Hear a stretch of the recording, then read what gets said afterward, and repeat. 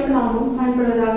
இதனால் இந்த காலங்களிலே கர்த்தர் நம்மை அமைப்பை பலப்படுத்தும்படி நமக்கு தருகிற வார்த்தை ஏசாயா தீர்க்கதரிசன புஸ்தகம் அதனுடைய 63 அதிகாரம் அதனுடைய 2-3 வசனங்கள். உம்முடைய உடுப்பு சிவப்பாகவும் உம்முடைய வஸ்திரங்கள் ஆலயம் மிதிக்கிறவன் வஸ்திரங்கள் போலும் இருக்கிறது என்ன? நான் ஒருவனாய் ஆலயம் மிதித்தேன், ஜனங்களில் ஒருவனும் என்னோடு இருந்ததில்லை. நான் என் கோபத்திலே அவர்களை மிதித்து என் உக்கிரத்திலே அவர்களை நசுக்கி போட்டேன். அதனால் அவர்கள் இரத்தம் என் வஸ்திரத்தின் மேல் தெரித்தது, என் உடுப்பை எல்லாம் கரைப்படுத்தி கொண்டேன். கர்த்தருடைய பரிசுத்த நாமம் மகிமைப்படுவதாக. இந்த வசனத்தை கொண்டுதான் தேவ தேவஜனங்களாக நம்மை இன்று எச்சரித்து உணர்த்துகிறார். இந்த வசனங்கள் ஆண்டவராகிய இயேசு கிறிஸ்துவை வெளிப்படுத்துகிறது. ஏன்னா அந்த அதிகாரத்தின் முதல் வசனத்தின் கடைசி வார்த்தை சொல்கிறது, நீதியை பேசி ரட்சிக்க வல்லமையுள்ள தேவன் நான் தானே என்று கர்த்தர் தன்னை குறித்து சொல்லுகிறார். அந்த தேவன், நீதியை பேசி ரட்சிக்க வல்லமையுள்ள நம்முடைய தேவன், அவர் இரத்தத்தால் கரைப்படுத்தப்பட்ட வஸ்திரத்தை தரித்தவராய் காணப்படுகிறார். ஏன் தெரியுமா?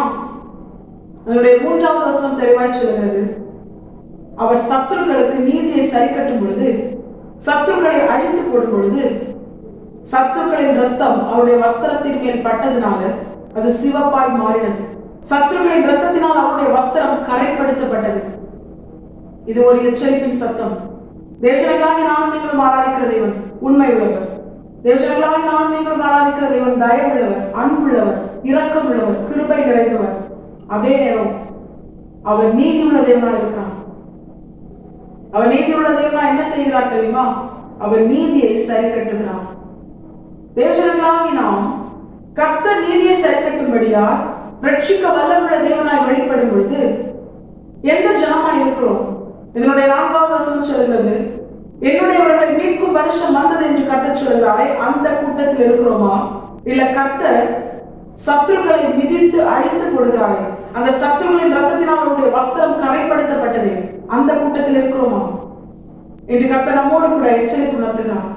தேவஜனங்களாகி நானும் நீங்களும் நீதியை சரி கட்டும் நாளிலே ரட்சிக்க வல்லமையுள்ள தேவனாய் நம்முடைய ஆண்டவர் வெளிப்படும் பொழுது, தேவஜனத்தின் ரத்தத்தினால் அவருடைய வஸ்திரம் கரைப்படுத்தப்படுகிற அப்படிப்பட்ட ஒரு நிலையில அவருடைய பார்வையில் சத்துருக்களாய் நாம் காணப்படாதபடிக்கு தேவஜனங்களாகி நாம் அவருடையவர்களாய் காணப்பட வேண்டுமானால் இதுல ஒரு சத்தியத்தை தேவன் நமக்கு தெரியப்படுத்துகிறார்.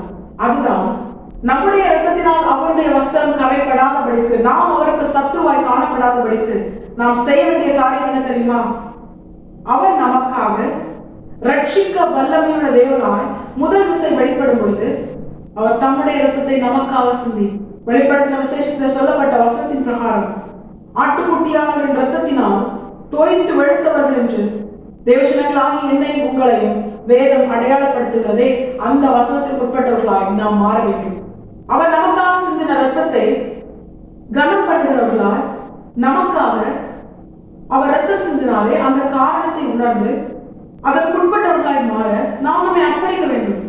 நாம் நீங்களும் செய்த பாவத்தை அவர் ஏற்றுக்கொண்டு, நம்மில் வர வேண்டிய ஆக்கினை அவர் ஏற்றுக்கொண்டு, அடிக்கப்படும் ஆட்டை போல அவர் தம்மை ஒப்பு கொடுத்தார்.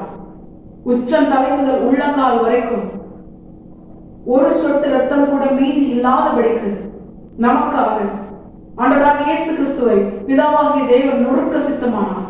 கடைசி சொட்டு ரத்தம் வரைக்கும் நமக்காக சிந்தினார். தேவஜனங்களாகிய நானும் நீங்களும் அவருடையவர்களாய் அறியப்பட வேண்டுமானால், ரட்சிக்க வல்லமை உள்ள தேவனாக நீதியை சரிக்கட்டும் நாளிலே அவர் வெளிப்படும் பொழுது நாம் சத்துருக்களாய் அல்ல, கர்த்தருடைய தேவஜனமாய் அவரால் மீட்கப்பட வேண்டுமானால் முதலாவது அவர் நமக்காக சிந்தின அவருடைய ரத்தத்துக்கு உட்பட்டவர்களாய் நாம் மாற வேண்டும். அப்படின்னா என்ன செய்யணும்? தேவஜனங்களாகி நாம் இனி பாவம் செய்யாமல் அவருடைய ரத்தம் நம்முடைய சகல பாவங்களை நீக்கி சுத்திகரிக்கும் என்பதை உணர்ந்து, தேவஜனங்களாகி நாம் நம்முடைய பாவத்தை அறிக்கை செய்து விட்டுவிடுகிற இருதயத்தோடு அவருடைய ரத்தத்தினாலே கழுவப்பட்டோமே அதை உணர்ந்து, இனி பாவம் செய்யாதபடிக்கு நம்மை கழுவின் ஆண்டவராகிய இயேசு கிறிஸ்துவின் ரத்தத்தை அதற்காகவே அவர் சிந்தினார் என்பதை உணர்ந்து, நம்மை மீட்க, நம்மை ரட்சிக்க, நம்மை அவருடைய ஜனமாய் மாற்ற அவர் நமக்காக ரத்தம் சிந்தினார் என்பதை உணர்ந்து அதற்குரியவர்களாய் மாற வேண்டும். அதற்கு கீழ்ப்படிந்தவர்களாய் வாழ வேண்டும்.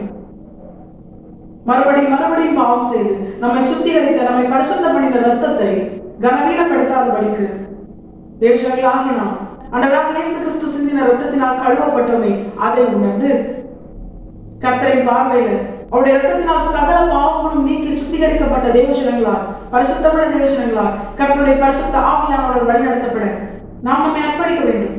அதன் பிற்பாடு நாம் பாவம் செய்யாதபடிக்கு கர்த்தரின் பார்வையில் அவருடைய ஜனமாய், அவருக்காக காத்திருக்கிற அவருடைய ஜனமாய் நாம் வாழும் பொழுது, நீதியை சரிக்கட்டும் நாளிலே ரட்சிக்க வல்லமுள்ள தேவனாய் நம்முடைய தேவன் வெளிப்படும் பொழுது, தேவஜனங்களாகி நம்மை அவருக்காக அவருடைய ரத்தத்தினால் கழுவப்பட்ட அவருடைய ஜனமாய் அவருக்காக காத்திருக்கிற நம்மை அவருடைய ரத்தத்திலே தோய்த்து வெளுத்தவர்களாய் அவருடைய சமூகத்திலே பரிசுத்தமாய் பரிசுத்தமுள்ள தேவஜனங்களாய் காணப்படுகிற நம்மை தேவன் நிச்சயமாய் இம்மையிலும் மறுமையிலும் தேவஜனங்களாகி நம்மை உயர்த்தி நம்மை அவருடைய ஜனமாய் அவர் அடையாளப்படுத்தி நம்மிலே சர்வவல்லமையுள்ள தேவன் மகிமைப்படுவது அதிக நிச்சயம். தேவஜனங்களாகி நாம் இதை வந்தவர்களாய் வசதிக்கு கீழ்ப்படிந்து வாழ நாம் நம்ம முழுமையாய் கர்த்தரை பார்த்து அர்ப்பணிப்போம். கர்த்தர் இந்த வசதி கேட்டு அனைவரையும் ஆசீர்வாதம் வழிநடத்துவாராக.